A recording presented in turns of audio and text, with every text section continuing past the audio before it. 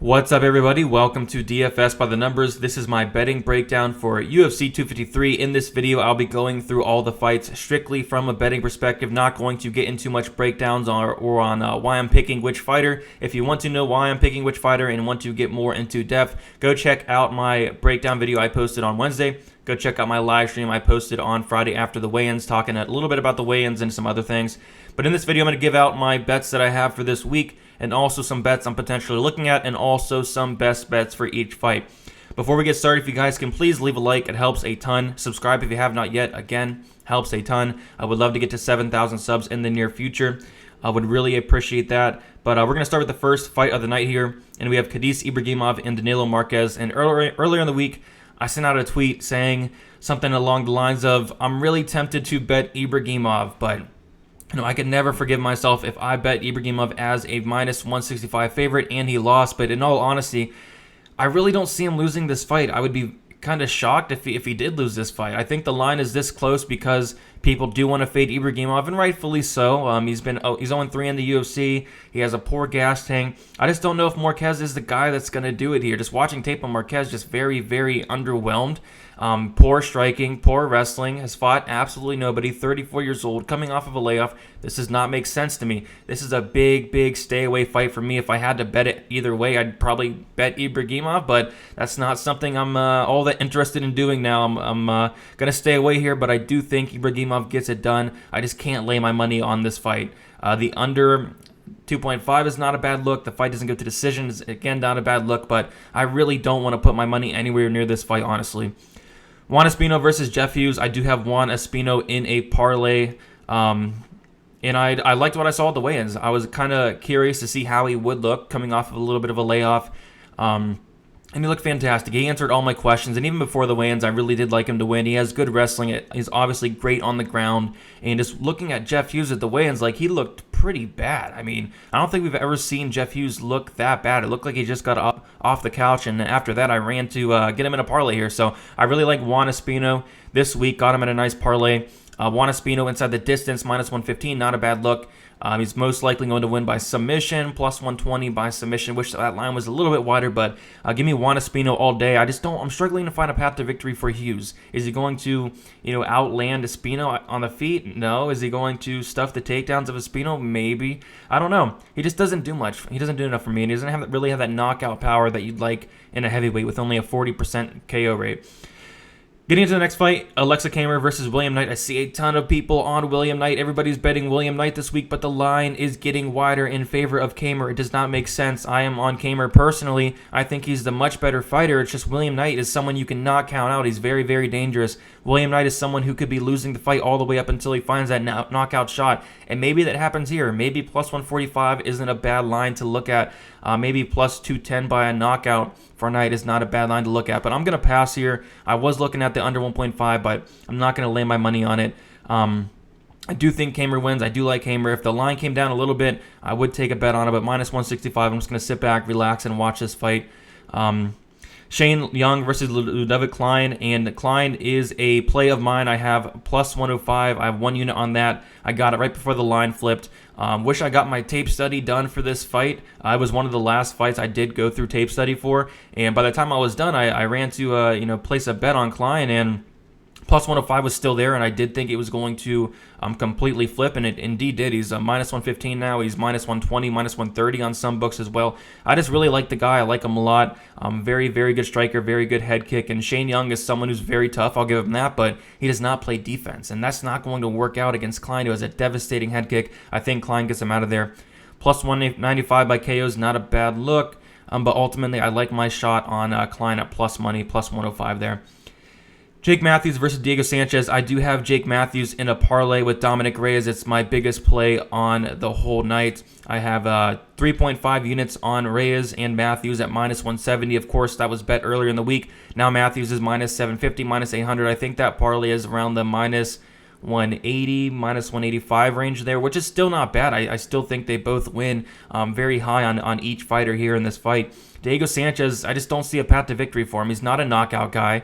He doesn't have a knockout since Mickey Gall, and before that it was I think he has like one knockout in like 12 years, something crazy like that. And he has like one submission since like 2004, something crazy like that. So he's just not a finisher. I don't see how he's going to finish Jake Matthews, even if Matthews does gas out, like a lot of people think could happen. Like, is Diego gonna finish him? I don't think so. I mean, unless he like really gasses out, unless there's some kind of illegal knee, I just don't think Diego Sanchez can win this fight.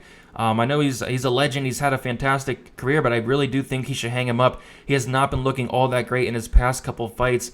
The Pereira fight, he was losing pretty much every second of that fight until he got the win from the illegal knee. So give me Jake Matthews. I think he has all the advantages in the world, maybe besides the cardio.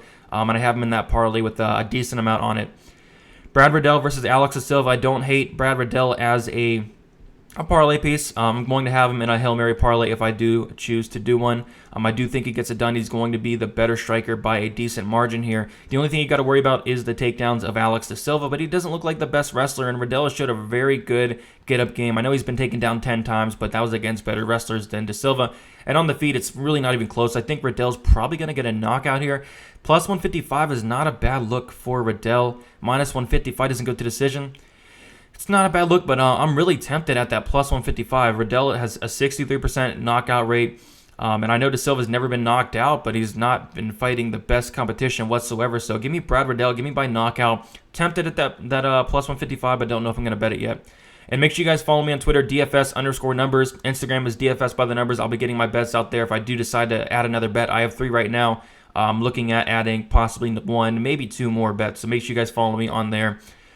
Zabira Tukurov versus Hakim Dawadu. And Tukurov is someone I do think wins, especially after that 5-pound weight advantage he's going to have after the weigh-ins. Minus 140 is getting a little too wide, though. I would have liked to bet him at minus 110, minus 115. It's now minus 140, a little bit too wide for me. I do think this could play out close, especially if Tukurov does slow down later in the fight. I guess what I'm interested in is the plus 470 by KO for Tukurov. Like, he's someone who does pack a ton of power, and we have seen Dawadu hurt multiple times. We've seen him, rocked and subbed by Danny Henry. And Tukurov hits like an absolute truck, so the plus 470 just doesn't make sense to me. Even the plus 145 fight doesn't go to decision. I think both guys are capable of finishing the fight.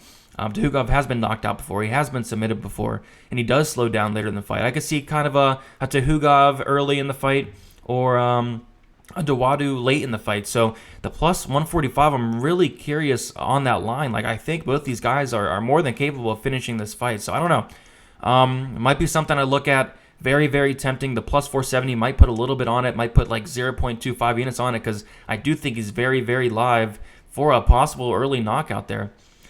Caitlyn Vera versus Yary Hubenks. Vera is the other leg to my parlay. I have Vera and Juan Espino at plus 104. I have 1.5 units on it.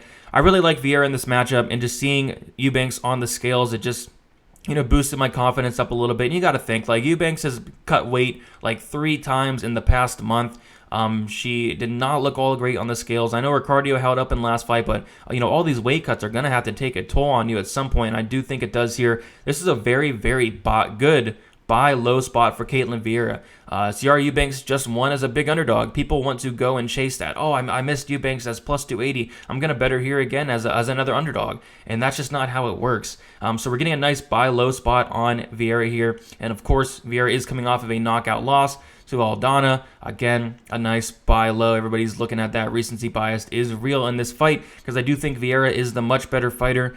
And I'm a guy that likes Hubenks. I'm a fan of Hubenks. I really think she's really underrated. People always hate on her, and it showed in her last fight that she has been improving her cardio. I just don't know if this is the spot, and I really like that line of minus 185. So give me Vera. I haven't run a parlay with Juan Espino. I really do like that parlay. I think she gets it done. Women's MMA or not, I really like her in this spot. Kakar France versus Brandon Roy Val. Man, I'm really tempted to bet Roy Val. He's just going to be the more dangerous fighter, 91% finish rate. France does tend to slow down. He goes to a lot of close fights, and Roy Val is going to have the threat of the ground game. Even if he doesn't get it down there, he's going to have the threat to take it down. And if he does get it to the mat, he's going to do some work. I mean, his ground game is absolutely legit. He has a great gas tank. He's going to be coming forward the whole time. I don't know. I like the... Really tempted on the plus 200. I don't know what it is. Obviously, if France is able to keep this standing, it could be a... You got to give him the striking advantage, but watching tape on Roy Val, his striking isn't all that bad. So really tempted on taking a shot on Roy Val. I know a lot of people are with me there, but I don't know. tune into my social media. I haven't done it yet, but really tempted on taking a shot on Roy Val.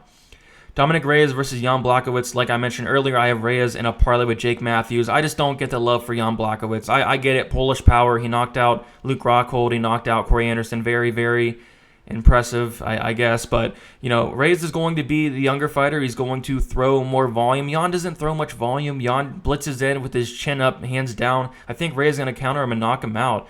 Reyes is going to be the faster fighter as well. He's going to have a lot of the advantages. I guess an advantage you can give to Jan is that ground game, but is he going to go out there with a wrestling-heavy game plan and take down Dom Reyes? I don't think so. And Reyes has showed really good takedown defense, 82%. He showed a really good get-up game. I just don't see what everybody else is seeing. So give me Dom Reyes here and give me him all day. A lot of my night is counting on Dominic Reyes. Really like him in this fight. Going to have him in that parlay there with a decent amount on it. Minus 110 by KO is not a bad look, but I can also see him winning by decision. I think the over 2.5 is not a bad look as well. Israel Atasani versus Paula Costa, and this is a tough fight, man. I mean, I don't hate anybody that's taken a shot on Costa at plus 160. I think this fight could be lined a lot closer. You got to give all the advantages mostly to Adesanya besides the power and the volume. But Adesanya is going to have an 8-inch reach advantage. He's going to be the better striker. He's going to have the better defense. Costa does not play defense. Costa is there to be jabbed up all day, and the jab will be there. If Adesanya is able to stick and move and keep at range for the majority of the fight, he can most definitely win. But some of these combos that Paula Costa just put together, they're nasty and he hits hard. So I don't know. I'm getting kind of a weird feeling of this fight. I'm going to stay away. My pick is Adesanya. I'm not going to bet him at minus 185. I guess I was taking a look at Adesanya by KO plus 155. Man, just a fight I just want to sit back and watch. I'm going to maybe take a shot on the Adesanya round 4 and round 5 props. I think they're both over plus 1,000. I think if he does win, it's either, in the later rounds or by decision. So that's something I'm looking at there. But other than that, just going to sit back and relax and watch this fight. It's a tough fight to call. It really is, especially betting Adesanya at minus 185, minus 190 at this point. If it was closer to a pick, I might take a shot, but I think Costa's very, very live here. So shout out to anybody that does have a dog bet on Paula Costa. I wish the best luck to you. I think you're getting value there. I really do. So that's about it for the betting breakdown. Just to recap the bets I have Juan Espino in a parlay with Caitlyn Vera at plus 104, 1.5 units on that. I have Jake Matthews parlay with Dominic Reyes. I got it earlier in the week. It's a little bit wider now, but I have 3.5 units on that at minus 170, and then I have a straight bet on Klein at plus 105, 1 unit on that. And then I'm also looking at adding maybe another player or two. So make sure you guys follow me on Twitter, DFS_numbers, Instagram, DFS by the numbers. If you have any questions, you know where to reach me. My DMs are always open. And that's about it. And good luck, guys. If you have any bets, if you guys are going the other way, good luck to you as well. Hopefully we have a good night for UFC 253.